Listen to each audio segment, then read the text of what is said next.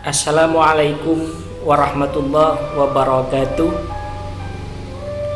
Bismillah, alhamdulillah, wassalatu wassalamu ala sayyidina Muhammad ibni Abdillah wa ala alihi wa sahbihi wa mawala. Amma ba'du. Anak-anakku kelas 12 MM1,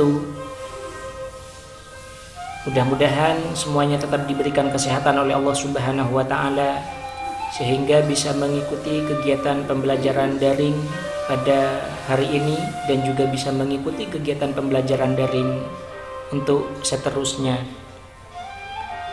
Anak-anakku yang dirahmati Allah Subhanahu wa Ta'ala,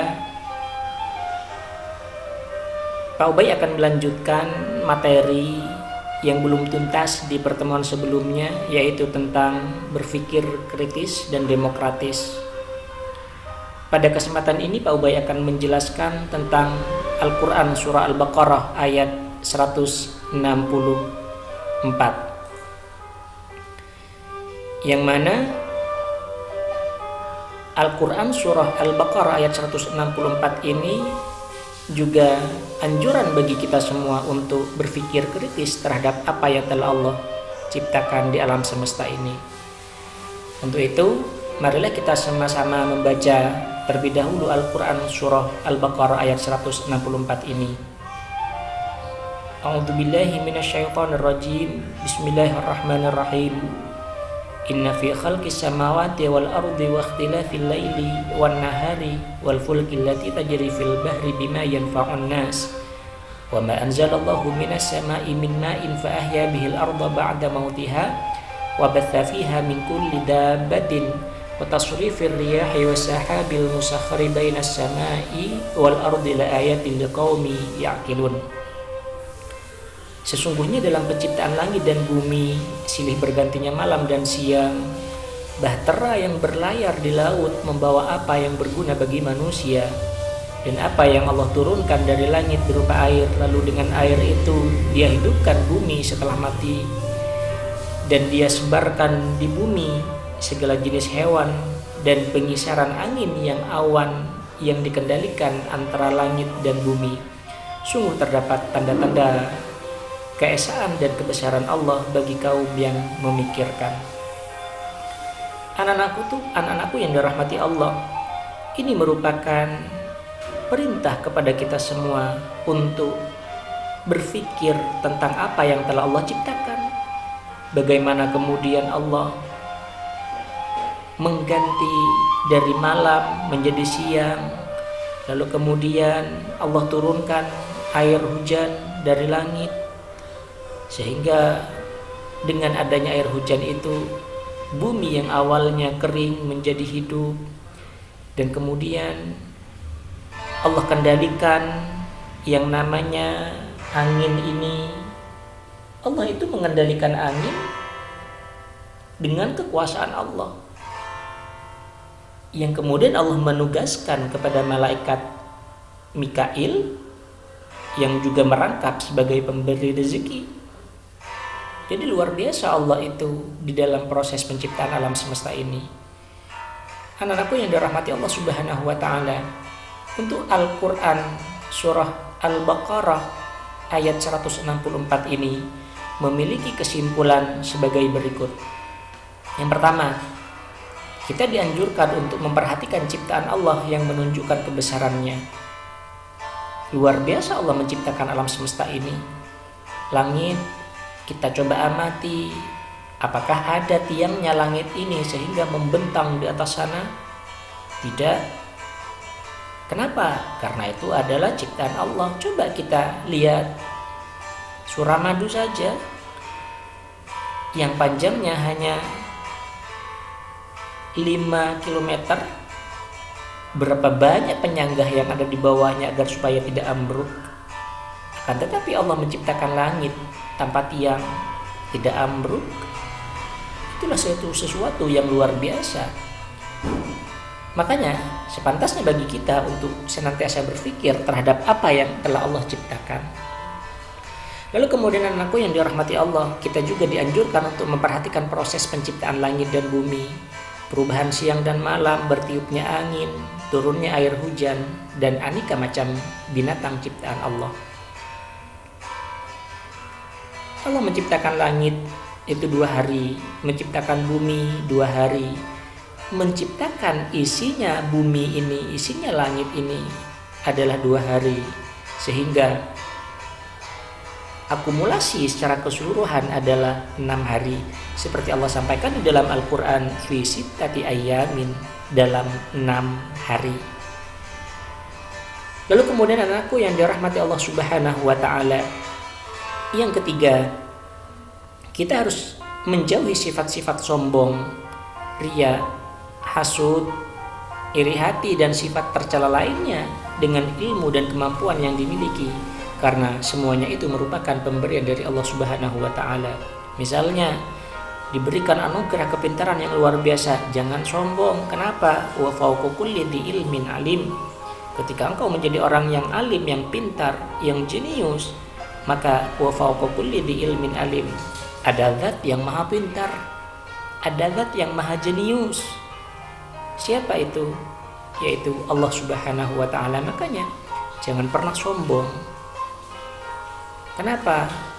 Karena yang berhak untuk mendapatkan gelar al-mutakabbirun itu hanyalah Allah Subhanahu wa ta'ala. Untuk mendapatkan gelar al-mutakabbirun itu bagi Allah tidaklah sulit. Kenapa? Karena memang Allah maha menguasai, maha bisa terhadap segala sesuatu. Ketika Allah menginginkan membuat sesuatu dari tiada menjadi ada, atau dari ada menjadi tiada, dari sesuatu yang utuh menjadi hancur, Allah hanya berfirman, idza arada syai'an ayyakula kun fayakun. Ketika Allah bermaksud menciptakan sesuatu dari tiada menjadi ada, hanya berfirman kun fayakunu. Kun adalah kamu, fayakunu maka langsung ada.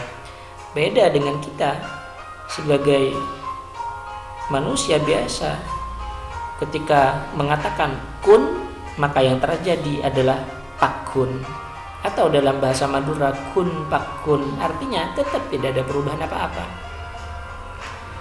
Anak-anakku yang dirahmati Allah Subhanahu wa ta'ala, lalu kemudian pembahasan berikutnya adalah Al-Quran surah Ali Imran ayat 190, yang mana Allah berfirman di dalam Al-Quran, a'udzubillahi minasyaitonir rajim, bismillahirrahmanirrahim, inna fi khalqis samawati wal ardi wa ikhtilafil laili wan nahari la ayatin liulil albab. Sesungguhnya dalam penciptaan langit dan bumi, silih bergantinya malam dan siang, terdapat tanda-tanda bagi orang-orang yang berakal. Jadi pergantian malam dan siang itu luar biasa. Ketika pagi Allah terbitkan matahari, sore Allah terbenamkan matahari, menjadi malam hari, datanglah yang namanya bulan. Siapa coba selain Allah yang bisa mengganti dari siang menjadi malam? Tidak mungkin ada selain Allah Subhanahu wa ta'ala. Anak-anakku yang dirahmati Allah Subhanahu wa ta'ala, lalu kemudian kesimpulan dari Al-Quran surah Ali Imran ayat 190 ini adalah, yang pertama, orang-orang kafir Quraisy selalu mengada-ada dalam bertanya yang niatnya hanya ingin memojokkan Nabi. Jadi kebiasaan orang kafir Quraisy itu selalu mujadalah, selalu bertanya kepada Nabi Muhammad, padahal orang kafir Quraisy itu tahu jawabannya. Tujuan bertanyanya ingin memojokkan Nabi Muhammad, itu tidak boleh, namanya mujadalah. Kalau misalnya kalian sudah tahu jawabannya, jangan ditanyakan. Yang ditanyakan itu kalau tidak tahu. Kalau tahu, jangan ditanyakan. Apabila niat bertanyanya itu ingin ngetes, ingin nyoba, ingin memojokkan, itu tidak boleh. Lalu kemudian yang kedua, untuk menunjukkan kebesaran Allah Subhanahu wa ta'ala, cukup dengan melihat dan merenung ciptaannya. Kalau mau tahu keesaan Allah, kebesaran Allah, keagungan Allah, lihatlah ciptaannya. Makanya Rasulullah SAW menyebutkan di dalam hadis, tafakkaru fi khalqillah wa la tafakkaru fi dzatillah. berpikirlah tentang ciptaan Allah, janganlah berpikir tentang zat Allah. Karena kita apabila memikirkan tentang ciptaan Allah, otomatis akan semakin memperkuat kualitas keimanan kita kepada Allah Subhanahu wa taala. Lalu kemudian kesimpulan yang ketiga, diusahakan dalam merenung ciptaan Allah sampai ada sentuhan batin yang dapat menambah iman dan takwa kita kepada Allah Subhanahu wa taala. Ketika kita memikirkan apa ciptaan Allah, tentang keagungan Allah, maka usahakan ada sentuhan batin yang sekiranya bisa menjadi tambahan untuk keimanan kita kepada Allah Subhanahu wa taala. Mungkin itu saja yang dapat Pak Ubay sampaikan untuk anak-anakku kelas 12 MM1. Mudah-mudahan yang singkat ini bisa memberikan manfaat untuk kita semuanya. Dan yang terakhir, di luar materi, Pak Ubay mohon kepada semua anak-anakku kelas 12 MM1 lebih aktif lagi di dalam mengikuti kegiatan pembelajaran daring, khususnya ketika ada tugas dan absensi. Absensi itu tidak boleh lebih dari jam 12. Setidaknya sebelum jam 12 semuanya sudah menyelesaikan absensinya. Namun apabila ada guru yang memberikan batas waktu absensi sampai dengan jam 8, jam 10, silakan ikuti anjuran dari Bapak Ibu guru itu. Mungkin itu saja yang dapat Pak Ubay sampaikan. Terima kasih, kurang lebihnya mohon maaf yang sebesar-besarnya. Hadanallahu wa iyyakum ajma'in. Assalamualaikum warahmatullahi wabarakatuh.